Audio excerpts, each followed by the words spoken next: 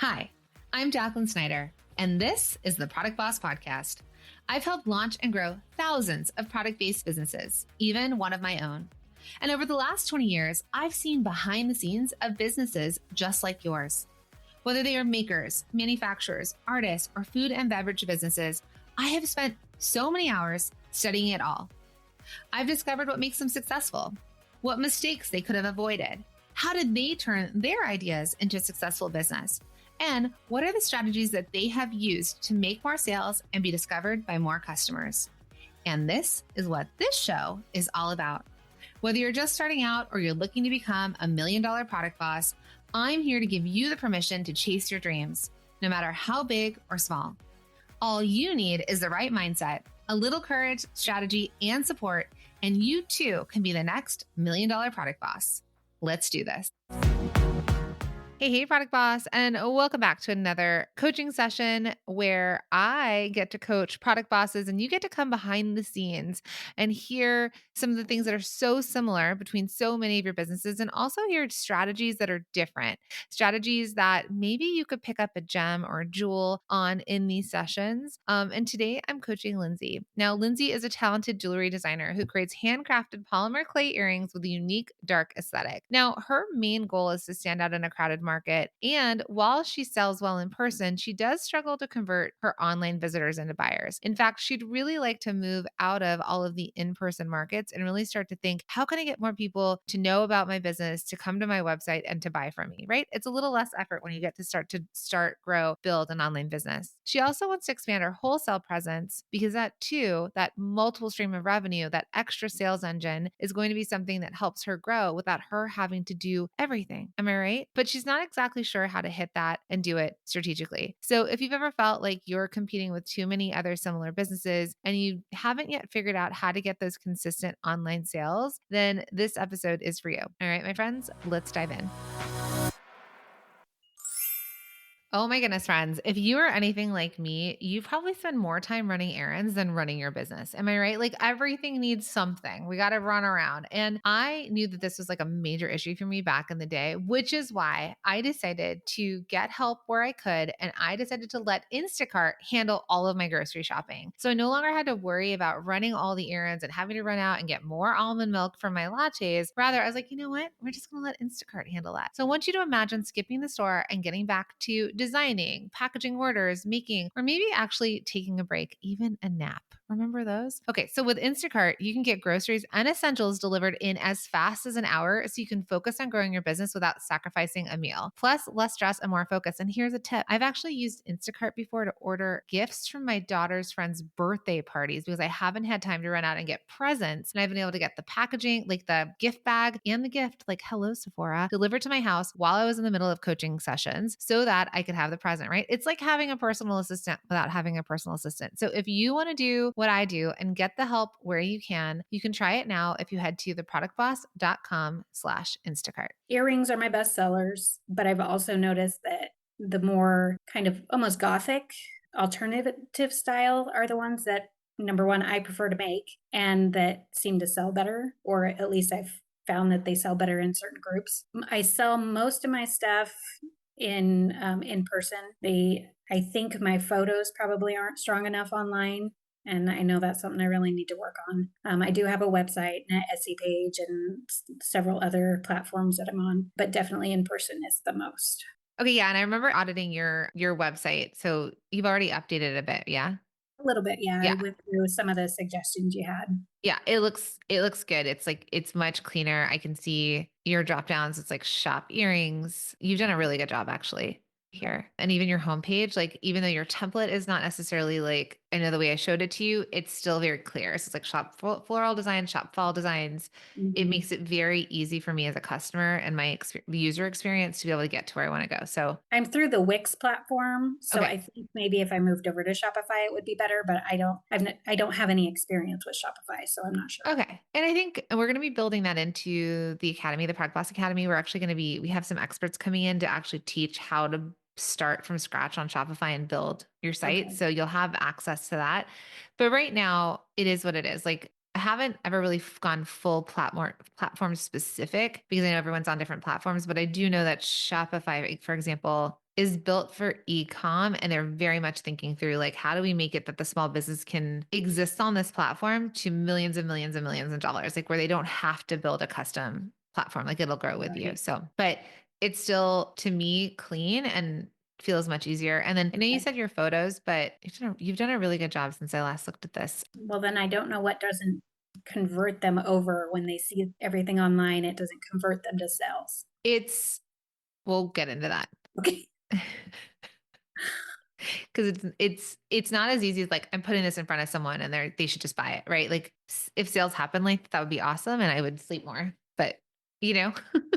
it's not. Thank you. Yeah, but your product photos are clean. There's you wearing them, so I'm glad you have a face in them. And long term, you could think because photos on people represent the ideal customer. So we want customers to see themselves in the photos. So that's why if you ever look at like Nordstrom's or you look at a certain brand like Kendra Scott or whomever, even the look of the model is so it's aspirational to the ideal customer who they're trying to pull forward. Yeah. But more like it's the positioning, it's the pose, it's what they're styled in. So I've coached one of my masterminders is selling jewelry, and the jewelry could always be perceived as like a summer holiday, like a summer collection. Mm-hmm. So how would that masterminder sell their products during the fall when it could always feel kind of beachy and summery? So we were talking about ways to even just when they do the photo shoot to even dress the model in a turtleneck, like a suede jacket or something like that, that felt more fall like to still be able to wear this kind of jewelry with it. So there's all these like subtle clues in branding that help your marketing and then eventually your sales conversion. So you're good. You're good for now because this is so much more improved. And that I can see it on your face means I can see the size of it. I can see what it would look like. Like even right now, looking at you with your earrings, I can see like how long that dangle is. So that in general is really important. And then long term, we can get into the rest of it. So getting into what you want to cover today, you said your biggest struggle is there's so many clay artists out there and it's hard to stand out against them. You think you have a strong, beautiful product, which I do think your stuff is beautiful and your talent is there. But how do you separate yourself? And you sell well in person, but struggle with converting on your website and Etsy visits into actual sales. Yeah. Yeah, definitely. Yeah, in person, I get tons of compliments and I make good, I mean, to me, I make good sales. If I make $500 at a show, that to me was a good show. I'd much rather it be like 5,000, but Yeah. But so when you're doing these shows, so you're in Oregon, are they local to your neighborhood or tell me about the shows and the customers that show up there? some of them are local. I try not to stay in Tillamook because I just don't think that's really my demographic of people. I do more like out in Salem, or I'm trying to get into some out in Portland. I just did one this weekend in Dallas, which is like 20 minutes from Salem. And that was just at a little bakery. And I actually did better at that than I have it at some of the bigger shows. So some of the bigger shows where you have 200 or 300 people or 200 or 300 booths, you've got so much more competition. And this was just a little one in a bakery with like 10 people. So it did really well. Yeah. I mean, and we're also looking at the season. So it's a holiday season. People are looking to buy gifts. So people have their wallets out more. So the more you're in front of people, especially in a season like this, the more likely they're going to buy. I think even though you said it was a little bit more dark in terms of, the polymer clay jewelry, also seasonally, the jewel tones, the darker kind of colors, it's also very on trend with the season that we're currently in, right? So it seems like the stars aligned in a lot of ways for that. Yeah. Okay. So the two topics you want to cover, the first topic you want to talk about is how to stand out when there's so many people out there selling the same earrings and figuring out what you need to do to make your customer want to buy your products versus buying from another clay artist. Yeah. And then how to get your products in front of the right people. So if you want to kind of go a little deeper into that. So I'd really like to expand more into wholesale. I have my products made in Oregon, which is, I think they have 5 or 6 stores in Oregon, and I've sold to a few local places in Tillamook and a couple out in Salem. But I really would like to extend that further. I'm on Fair, but I really haven't seen much of anything from that. The biggest thing is me just reaching out to stores and asking if they want to buy. I like selling in person to a certain degree. I'm not exactly an extrovert, so I would almost like to step away from the shows, but that's where I need my website to actually be converting to sales. And even if I pay for ads, I get lots of visits, but no actual sales. Well, I shouldn't say none, but I get very few. Yeah. If we think about the reason why people go to markets, it's because they're looking to discover. That's the same reason why places like Home Goods, TJ Maxx, Ross, places where well, I'm going to say TJ Maxx. Let's just go with that as an example. It's a place of discovery. So Mhm. when you go there, it's not like the shelf. It's like when you go to Target and you walk up to, I don't know, the Joanna Gaines section, right? The Magnolia section. It's like they've got 10 candles of the same candle stacked or 10 vases stacked, right? Like you can just like, I'm buying one of the 10 vases on this shelf. Mhm. That is, yes, there's discovery, but it's like we know it's mass produced. The reason why TJ Maxx did so well and has continued to do well is it's a place where people go to walk around and see what they're going to discover. It's not a shelf with all the same stuff. It's like, oh, I'm going to the picture frame shelf and there's really like one of every picture frame and I pick it. And if I don't take it, it's going to be gone potentially the Right. next time I go. So there's this thing of that feeling that people get when they're shopping. It's basically being mimicked from when we would go to a market, like these shows that you go to, where if I am a customer and I'm like, I'm going to go to the local farmer's market, I'm going to go to the local art fair, I'm going to go to this, pop-up gift show. I'm going to discover with a hope and intention that I'm going to find something to buy, whether it's for myself or gifts or whatever. Same concept of a mall. When someone goes to a mall, sure, they might be going to walk around, but they're thinking, what am I going to discover that I can buy? So you've just got a better customer, a more warmed up customer at these in-person markets that they're looking to purchase something, discover something, and that's the point of discovery. Right. The harder part is online. Is online we find our way somewhere is because we are looking for something. So we're typing in, we've either established a brand, meaning I am aware of a brand like Nike, and I'm like, I need another pair of Nike tennis shoes. I go on to Nike.com and I'm just scrolling around to find the shoes I want and the color I want. For example, Right. same thing with like a store, a bigger jewelry company where maybe you've seen someone wear something and you're like, oh, I'll just go to Kendra Scott because we talk about them a lot. Kendra Scott necklace, you're looking to buy a Kendra Scott, whatever. You go to Kendra Scott. What does she have right now? The discovery of new companies online of looking up earrings, let's say you write in earrings or clay earrings, or I actually don't think your customers would probably write polymer clay earrings, right? They might be Yeah, a lot of looking. people don't even know what the polymer part is. Exactly. They just see them as handcrafted, like pieces of art that are in the shape of earrings that are made out of, let's say, clay, but the Mhm. polymer, they don't, and we know it's lighter weight than, putting a chunk of clay on your ear, but Right. they're not Googling that. So the discovery is different online. So what it takes for you online to get people to your website is the awareness that you exist. So the first part is the brand development, and you're in the Product Boss Academy. So you're going to be going through the brand it section, which is going to Right. be establishing your brand, which I love that you're coming to this kind of, it's not goth, but it's not and if anyone listening is thinking like, oh, she's talking about me, but I'm just going to say like, when I first saw a lot of these clay earrings come out, they were in the upside down U shape, Hmm. modern millennial-ish, like, I like to embellish mine to make them, I don't know, just to make them stand out more. And the floral designs are a big thing for me. yeah, your stuff is more ornate, but the shaping of it is a more modern, I don't know, like The trendy kind of. minimalist.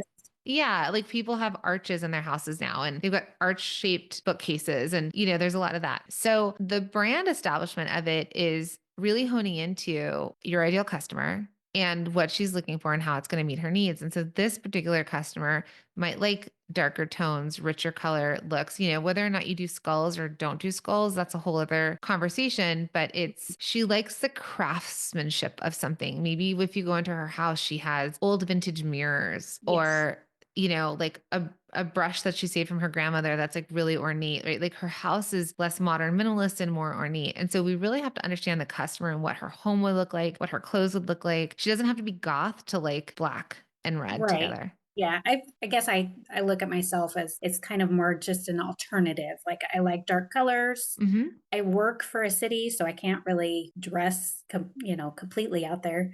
But my earrings are one thing that I can Dress up. accentuate. Yeah. Mhm. Yeah. And you might even think like, what would her wedding ring look like?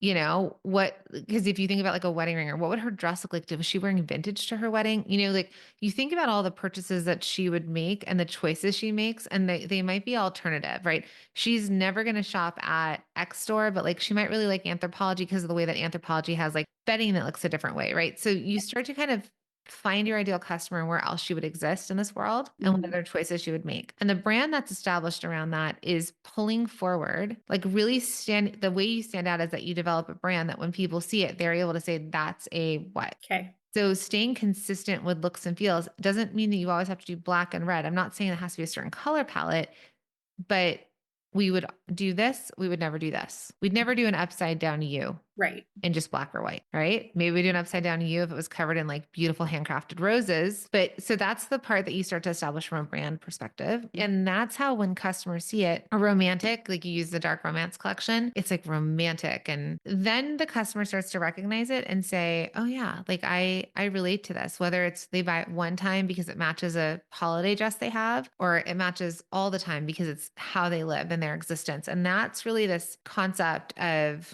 nailing the ideal customer and calling them forward and them feeling really connected to your brand. I feel Yeah, like you're getting closer. I feel better now that I've kind of veered off into that direction. I actually got a really nice compliment this weekend from somebody that bought a pair, and she said that when she wore them, she felt like herself. And Mm, yeah, and that was just that, well, moved me. yeah. It was really nice. So that's what I want. I want people to feel like they may not be able to dress how they want all the time, but maybe they can accentuate something and just feel like there's a piece of them there. Yes. So I think you're getting closer to that. So if I just go back to like the deer, are there little foxes? Boxes. Mhm. The owls maybe, but it depends. How did you do with the foxes selling those? They did okay. I think I Yeah. sold a couple pairs. They might be too cutesy, right? And like the Mhm. bees and the honey, that's where you're so this is where the brand goes off. And I know you're finding your way through this. So I'm just scrolling your Instagram. So I'm going to old stuff too. But I want you to think about as like, if she had a tattoo, what kind of tattoo would she have? Mhm. So it looks closer to me with the ornate butterflies that you've done or the sparrows versus the cute bee and honey Yeah, and cute fox. They're cute, but maybe she's not cute. She's more romantic. Even you don't have to yeah, have a romance collection to just always offer romantic pieces. right. Yeah, I think a lot of that was everybody telling me what I Hmm. needed to make. So I was, okay, well, I'll try this. And Yeah. well, this person sells this really well. And Right. but it doesn't work for me. You know And what I you can should even do? look at it and see that, maybe my heart wasn't in it, Yeah. completely when I made those because they don't look as well as some of my other stuff. Yeah, like you have a whole TikTok on designs I thought I would sell but didn't, Yeah. and it's like a little Aztec-y or so if you can even create for yourself, because some of these pieces are nailing it. Were you able to catch what we figured out? So Lindsay knows her products are beautiful. They really are. And she's so talented. Her artistry is just incredible. But she's really struggling to differentiate herself in a market flooded with other polymer clay jewelry brands. And so in person, she does get a ton of compliments and she makes sales. But when people land on her website, they just kind of leave before purchasing anything. And I'll bet some of you out there can relate. And if you do relate to this, don't worry because there are solutions. Just like I told Lindsay, it all comes down to her brand positioning. Why? Because when you sell online, customers don't get to experience the being in person with your products, touching your products, trying them on, chatting with you at market, all of the things that bond with them more than the actual product. So what they really need online is they do need to create an experience for their customers. They do need clear visual branding and a brand story that they can immediately relate to. So I want you to think about how you can create an experience for your customers that will actually show them why they need your products and not someone else's in the same niche. We really have to find the ideal customer and stick to it. Now, figuring out your differentiating factor and creating a cohesive brand that can be recognized anywhere is the first step in really getting customers to purchase from you, especially online. So now let's dig a little bit deeper into the power of brand storytelling when it comes to selling online. So if you created even this, okay, so this is the counter to that. So we've got dark, like here, dark and moody, and then we have Mhm. white and kind of girly. So we have like this dark moody with like a rich dark rose color rose on it. And then we So have the back what? those 2 are actually my best sellers, the white one and the black one. So there it is. So if you had these counter options of your light, kind of more feminine, they're still feminine, but they're these lighter versions of this. Mhm. And then you have the darker version that's a little bit richer. It could be like what she wears at night, or maybe for a woman who is a little bit more, it's not gothic, but it's more moody. Mhm. I think if you started with, you took those two pictures, you put them on two different boards, and you built out your collections around that. And so when you drop new seasons or new collections, it was like there's either like the feminine girly floral this or this. Not Okay. every piece has to have both, right? Like we don't have to double, you don't have to do the snake in white and the snake in black. This could Right. have just been it for the snake, and that could have been part of this dark romantic collection. Right. So this could be like the romantic dark feel, and this is more of like the feminine. Okay. I like that. And then you're classifying them into that. So when you're building your collections, black and bows, but she can also do really light pink. And we're thinking she's still the same customer. It's two sides of the same coin. Okay. Right. And so I imagine as you're trying to think, how do I stand out? I think one, it's just defining you as the designer and as the creator of this, where you're starting to just pull together inspiration boards of how you want to build out your collections. And then when you drop them, meaning like you announce them to your customers, you have little collections that are built together, they're thematic. Okay. That is one thing I'm really bad about. I don't plan anything. I just kind of wing it. Totally. You and everybody else. But as a fashion designer, for me, like I had to have foresight on the season. So it's like we're designing spring, summer 2025, or we're designing fall, winter 2025. Great. What's the palette? What's the mood? What's the look we're going to come out with? When I worked at big companies, we didn't just come out with one thing and that was it. It was like we had maybe there was one that was like, I'm just thinking back to specific collections I designed for this one swimwear company. It was like Aboriginal art was this inspiration for one. So the prints we were looking at were these dot prints from like Australia, and the colors were oranges and blues. But then we had like a leopard collection, and the leopard prints were never in like true leopard, but it was yellow and blue. And then there was like a pink and blue. Okay. So the prints could hit two different kinds of customers. Women ultimately will always buy black. They'll always buy pink. They'll always buy white. But some people may never buy pink, but they'll buy black or white. Some people may never buy purple, but you're giving them these options. So I want you to start to think through and say, what am I going to do for spring? Okay. What would my Valentine's Day collection look like?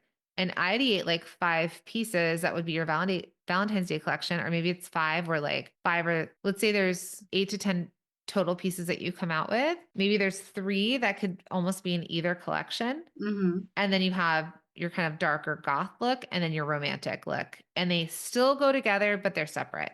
Okay.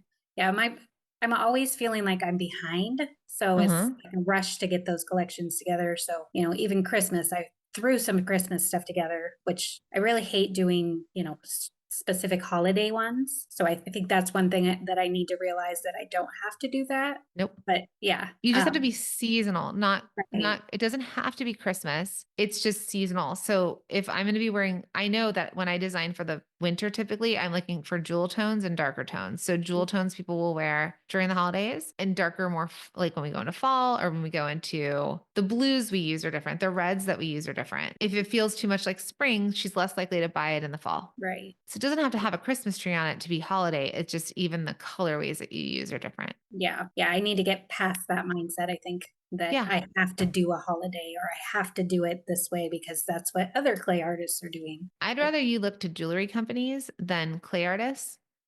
Clay artists, they're just people. Who knows what their coaches look like? Who knows what programs they're into? Who knows how successful they are? And some people are because they've been doing this for a long time. But I want you to drive yourself more into the way that a jewelry company would design, where you're thinking, if you just thought through, you do not need to come out with a new collection every month. But if you thought in spring, summer, fall, winter, that's it. And you thought, what do I want to launch for spring? Even if you came up with 20 new ideas and you kind of did your whole palette on it, and like you thought through like what you wanted to look like, you were inspired, you start looking up old costume design from, I don't know, let's say Bridgerton was your inspiration. I love Bridgerton. What? I love Bridgerton. Okay. So think, if these ladies existed today, what would they wear? And you could like make the countess wears different things than and the girls wear different things from each other in different colors and stuff. So if you think about that as customers and you're like, what would Bridgerton wear in the spring? Okay. But you can be inspired by stuff, and then you do your research and you look up costume and you look up things that are happening. And it can be so much more fun and creative than just sitting down and making it. For you, it might be more on that ideation side, where you're ideating your collections, and then you're going into developing. And we're going to talk about this inside of the Product Boss Academy. But so what happens is people design, they just start to make it and they try and sell it. But you need to get into the thinking through, what am I going to come out with? What is the product development process going to look like? So designing it, thinking it through, putting a collection together, making the samples, doing photos. And then we get into production down the line once we're selling it. Okay. It's okay. I went to school for many, many years to learn this process. You all are creatives that started making it. And that's why like the Product Boss has been what the Product Boss is. Cause it's like, all right, we just need to build systems and structure and foundational steps inside that we didn't do, because a lot of us are creatives that just want to make beautiful things and sell them. Well, it's fun. I never thought of myself as a creative because I didn't do art. I at one point I actually wanted to do fashion, but well, number one, I don't know how to sew, so that's not going to get me real far, and I can't draw. So I don't know what I would thought I was going to do. But then when I found this, it just, I don't know, it just ignited something that I didn't know existed. Yeah. And yeah, you are creative. I mean, listen, I would never do what you're doing. So, and I didn't know how to sew when I went to school. I just knew how to design and ideate products that would sell and that were Mhm. beautiful. And then I learned to draw better. I learned, in fashion design, you learn how to just really, we're like architects for clothing. So we're drawing CAD drawings on how you actually manufacture, like make and manufacture a product. There's only a very small percentage. That's like the fun designy, like fashion drawings. Okay. So for you and moving forward, I think this branding side of it is you're getting much closer to it. So lean in because me just visually looking at your product, I see it very clearly. So you're starting to get closer to it. Just keep yourself within guardrails. Okay. Do you Okay. think I should go back and like delete some of the Instagram stuff that is kind of the older, not really the same? You can clean it up, Okay. make it And feel of purpose.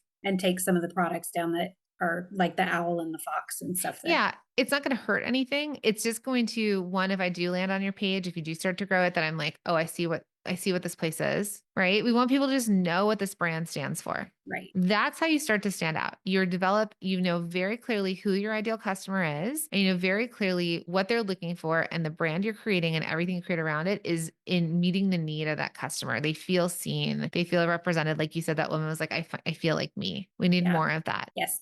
Yes, I would love to have more of that. It does not have to be everybody, but when you know it, and you're like, it's for me or it's not for me, or it's for my daughter, so I'm still going to buy for it. Spend a lot of Right. money, not for me, but I'm a mother, I'm a woman in a family that makes decisions. Okay. Okay. So that's how you start to stand out. You nail the brand and you stay Okay. clear on that. And we repel people who are not our customers and we attract the right one. Are you sensing a theme here? Okay, so one of the biggest reasons Lindsay sells well in person, but not online, is that markets allow people to see, touch, and connect with your products in real life. But online, potential customers don't just stumble upon your brand the same way. You actually have to do the work to not only get them to your website, right? We have to figure out how to get them to know you exist. Then we need to get them into your website. And then we actually have to convert them to buy. So, how do you do this? Well, part of it is by having a strong brand, something that does stand out, something that really relates to who the customer is that you're selling to. You need to know your ideal customer and your product. I don't care whether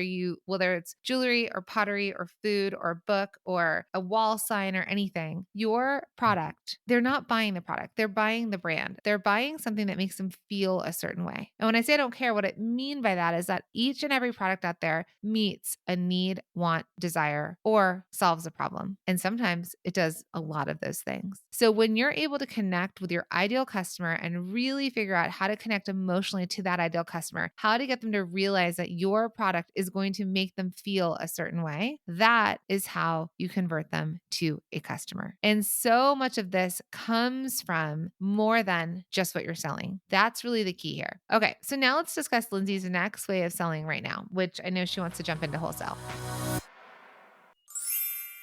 Hey, friends. Okay, so I don't know if you're anything like me, but sometimes it feels like my self care routine is slipping through the cracks because when I'm juggling and wearing all the hats in my business and doing all the things, I mean, the last thing I have to do is like really fulfill that self care routine that my daughter's talking about. She's like, Mom. So listen, so when it comes to running a successful business, you can't really pour from an empty cup. And a lot of times that self-care is like one of the first things to get yourself recalibrated. So that's why I want you to meet Glossy. Now, Glossy is my favorite daily beauty supplement designed to transform your skin and gut health from the inside out. And I'm actually an investor in this business because I so believe in this idea of science-backed ingredients for digestion and skin hydration. And Glossy makes it really easy to look and feel your best without that whole 10-step routine in the mirror, the thing I don't actually have time for. All I have to do is simply mix a stick into my water and I'm good to go. So if you want to try this because I so believe in this business. I think it's amazing. It's done so many wonders for my skin and my gut, which are two things that I need help with. And you want to simplify your wellness and your beauty, all you have to do is click in the show notes and you can use the code Jacqueline Snyder. So it's my full name. Use the code Jacqueline Snyder and I'm hooking you up with 15% off your order. So cheers to glowing skin and a thriving business.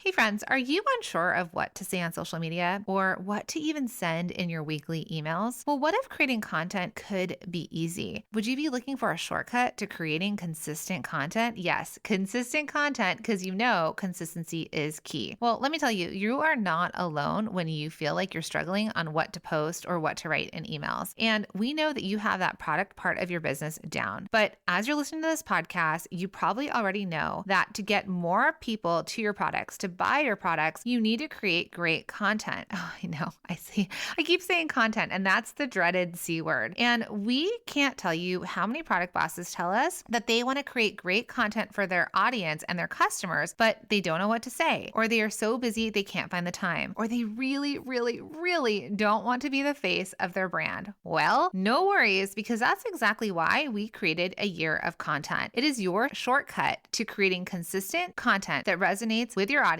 and brings more loyal customers who can't wait to buy your products. If you want to see how easy this is and how easy it is to create content for your audience and your customers, head to www.ayearofcontent.com. Do you think sticking with the name of Elgan Designs will work, or should I? Because when I started it, obviously I had no clue what to name myself. So it was just throw it together and that's all I could come up with. You're like, what's my name? Okay, I got it. We're just going to go with that. I'm designing. This is my last name, doing it. Whether I think long-term for the stickiness of a brand, the reason why Gwyneth Paltrow picked the word goop was she knew the sound of ooh that's like Google. Ooh was a very memorable sound. So she took her initials, G and P, and put two O's in between. And so I think long-term as a brand, yeah, we think about the stickiness of a brand name and think about, whether it's the person's full name, like Kendra Scott. But if Kendra Scott ever gets bought out, she can never use her name again. This is what happened for Kate Spade when she sold her brand. She actually did come out with another company that was a totally different name and we had no idea that it was associated. So I'm not saying you have to worry about that yet, but you can think later, but that's not necessarily standing in the way of you selling right now. Okay.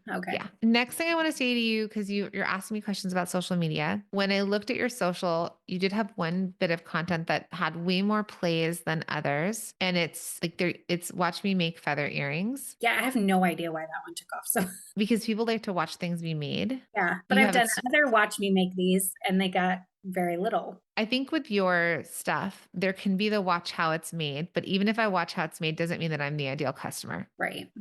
So if you look, I think there's other ways around social. I don't think you need it to grow your business. So I have a hard time even finding time to do it. So yeah. And I think that's why mine looks so kind of discombobulated. It's just me throwing in a video as quick as I can. So let's get into the things that would have bigger impact than social media, because we can talk about it, but you don't love it. It's not, you could make we could clean it up. You could still post there. If you really start to think about the brand and who the woman is that would be following you and what she wants to see, she probably wants to see, even if you had like a little set that you built up that was like lace. And if you just thought about what would make it more beautiful, more impactful, if it really resonated with the brand, even just this being more images that were of brand, of I'm obsessed with Bridgerton. And I also want to see it happen here because there's the behind the scenes of you doing the photo shoot, which has like the pomme fronde, like more modern look. It's not your customer. The marble background, the white, like fuzzy florals. Yeah, whatever those are. Yeah.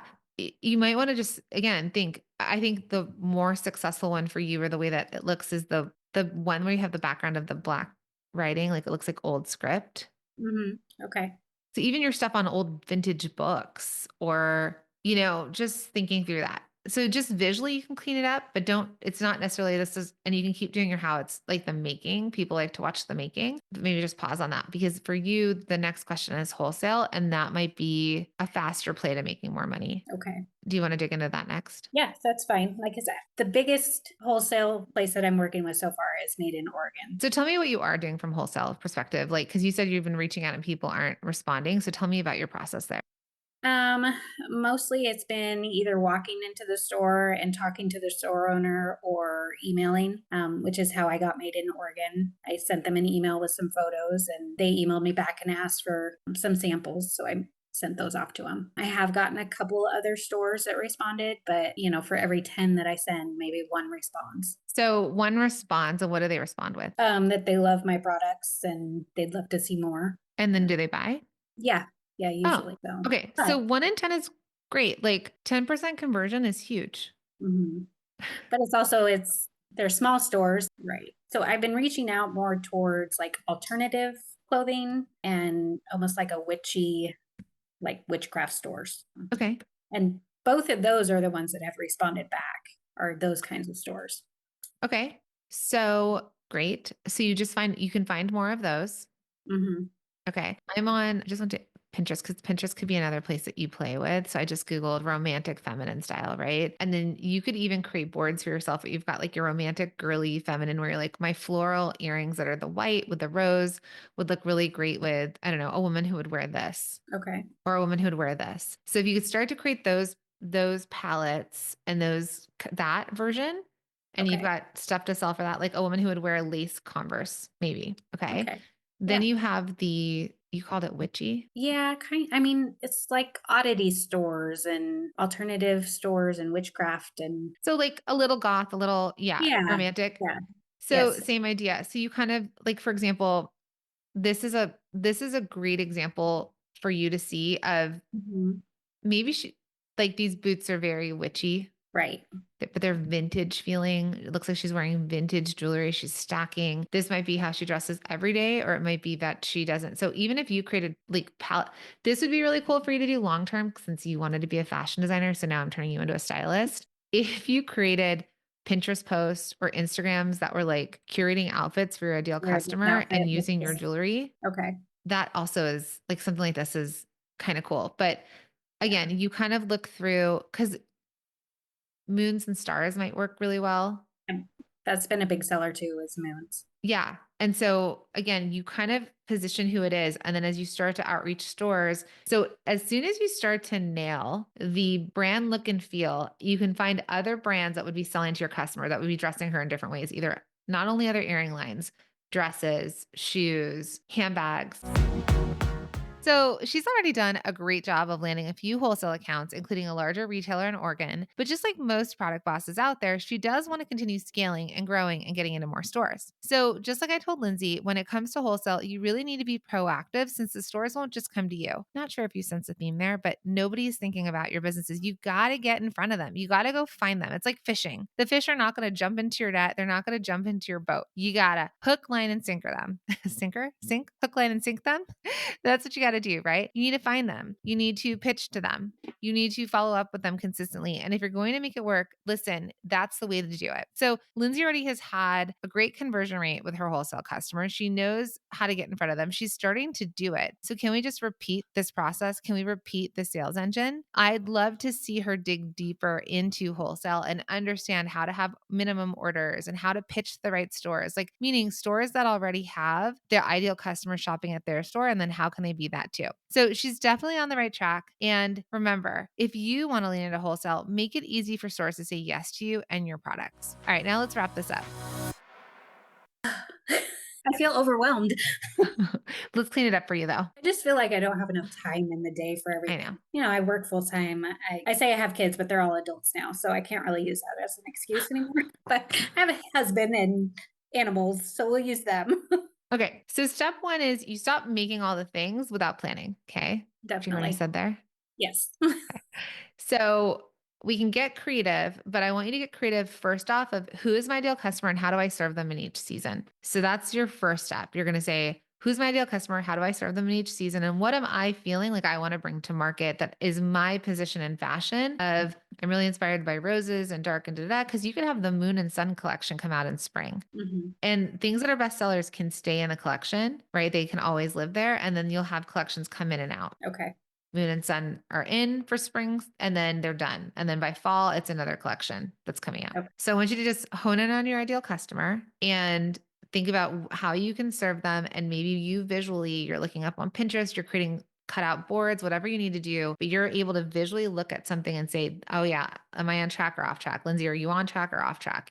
Oh, that fox doesn't fit in with that board. I'm not going to do the fox. Okay. Yeah, I can definitely see where I need to plan better. So how do you think you can plan better? Like what would you execute to plan better?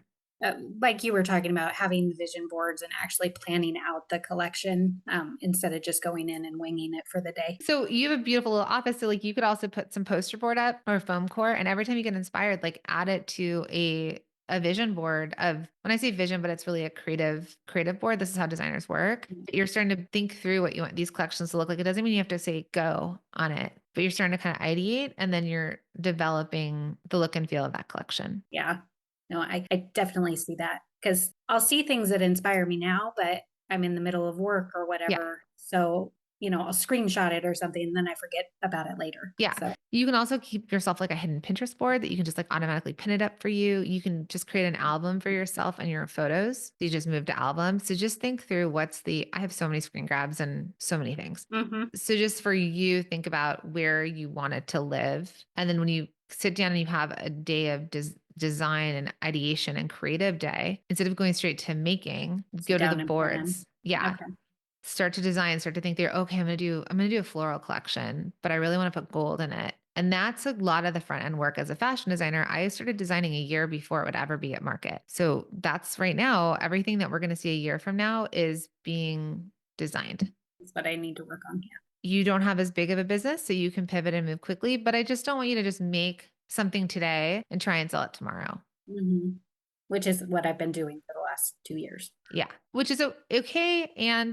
But you're making more than selling. You're more excited about the making and design process. And it's costing you're like, I don't have a lot of time. Well, it's either a hobby and you're getting crafty, or we're thinking through what does my customer need and how can I meet them with this product so that they will exchange their earned hard cash for my earrings. Okay. Yes. Okay. So that's like that ideate it phase, which leads you into the make it phase. So make it is, how are we going to make this stuff? So the first part of this is product development, which is you come up with these ideas, you have these boards, maybe you've got sketches, and now you're going to bring it to life and you're going to start to just you've got the collections. You're like, okay, I'm going to sit down and make 6 pairs of earrings. I'm just going to ideate and design through it, get inspired, create. Look at the collection in front of you and say, what does this look like? Does it look like a well-rounded collection? Oh, maybe I need some studs. Maybe I need some longer earrings. Maybe it feels good. Okay. Once you've done that, you can then say, that's where you can take photos of it. You can price it out. Like that's when you're starting to get into, you could document the recipe. How is this made? When I say recipe, it's like what process? No, I agree. I'm not good at writing it down. And a lot of times I'll go back and try to figure out how I came up with that color to begin with. So writing it down would be very good. Okay. Yeah. Pinch this, measure that, right? So if you can do that part, then at least the design phase and the making it phase is handled. So then you get into the fun part. So we've just talked about branding. I think you just need also maybe you have images up of like who she is and what she would dress like. Like, again, I want you to kind of go back to, we're going into foundational stuff right now versus scaling, because if we can hone you back in, everything you do is with the intention of selling this product to your ideal customer. Okay. And that's the brand, which I think you're actually nailing the brand a much better. You're just going to clean it up and tighten it up where you're like, is it for her? Okay. It's not for her. I'm not doing it. Marketing is what it is. You're going to keep doing whatever processes you want to do there. We're going to jump to selling it. So if you want to sell wholesale, what you're going to do is you're going to come up with these ideas and then you're going to take photos. And then whether you're posting it on Fair, whether you're reaching out to these stores, because what you're doing wholesale is working. Okay. So what really is more important than you making stuff every day is you come up with the ideas, you take it, then you actually try and get the stores to order from you. And then for you right now, you're probably doing production against those orders. So you're going to give yourself a certain amount of time to fulfill them until we get you to that next level where you get orders, you've got time before you have to ship it. But right now you might be working more in an immediate mode. And so what is working, what is going to make you money is the way that you've been doing it. You've been finding the stores, you've been contacting them. 1 out of every 10 has been buying from you. You're going to set yourself minimums. Okay. And you're going to know what you're selling. And you're going to get an order and you're say, great, we'll get this to you. And you have to think, is it 2 weeks? Is it 4 weeks? That's not my coaching for everybody, but that's going to be my coaching for you right now. Okay. Should I stick with in-person markets for a while too? Because that's definitely where I sell the majority. Okay. So your 2 ways of selling right now could be in person and wholesale. So, the part where it's going to matter about your website being built well or your Instagram is going to be when people see you out in the wild or someone refers them, they're going to go to one of two places. Most likely now they go to Instagram. So let's say Instagram or your website. And that's why that part matters from a visual perspective because they've seen it and now they're curious and then they're going to land on that page. So that's kind of how I want your Okay. cycle to go. And so I know you felt overwhelmed, but it's actually quite simple. It's just kind of pulling it together. Yeah, it sounds like it's simplifying it quite a bit. I just need Okay. to be more organized. Okay. So to wrap it up, how can people follow you, shop from you, and support you? Okay. You can find me online at Elgan Designs, which the website address is elgandesignsllc.com. I'm also on Etsy, Michael's Maker Place, Go Imagine, and on social media as Elgan Designs. Amazing. Thank you, Lindsay. I'm so excited to see what happens and like how you create this new beautiful line because I think I can see it so clearly for you and I'm excited to see you discover and make it what it's going to be. Yeah, I really appreciate your time. You've actually made stuff much more organized and clear for me. So I Amazing. appreciate it.